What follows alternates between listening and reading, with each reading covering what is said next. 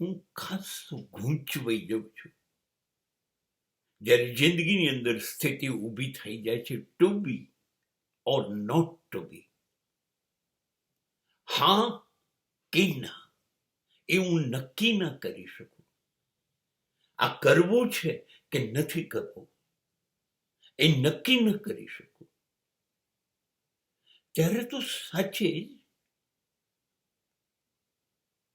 મારું વ્યક્તિત્વ મારા માટે શંકાસ્પદ બની જાય છે.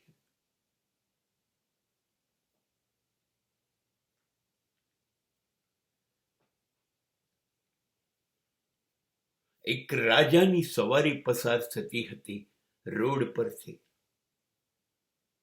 એક સસલું દોડ્યું, અડધે પહોંચ્યું, પાછું આવ્યું, ફરી દોડ્યું, પાછું આવ્યું, ફરી દોડ્યું, પાછું આવ્યું, અંતે દોડી ગયું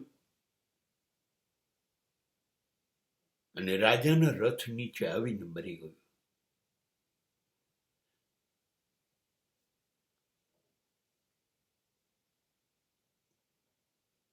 મુખ્ય પ્રધાને પૂછ્યું, આપ તો નગરપાલક છો, એક જીવ તમારા રથ નીચે આવીને મૃત્યુ પામ્યો. ત્યારે રાજાએ કહ્યું, એને મરી જવું જોઈએ. જો એ નક્કી ન કરી શકતું હોય કે એને નીકળી જવું છે કે ઉભા રહી જવું છે, તો એને મરી જવું જોઈએ.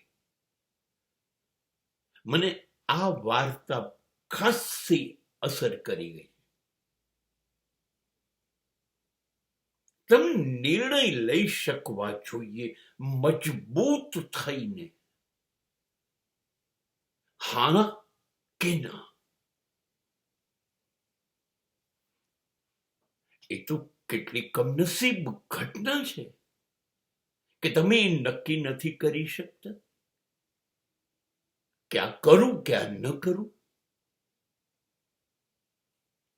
નહીં, એ તમારું વ્યક્તિત્વની ચાડી ખાય છે.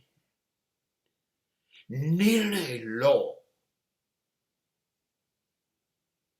જરૂરી નથી એ સાચું જ હોય, ખોટો તો ખોટો, પણ નિર્ણય તો લો. તમે નિર્ણય જ ન લો, સાચો કે ખોટો, એના કરતા તો ખોટો નિર્ણય પણ સારો. કેમ કે પરિણામ ભલે ગમે તે આવે, પણ એક વાત નિશ્ચિત કે તમે નિર્ણય લઈ શકો છો.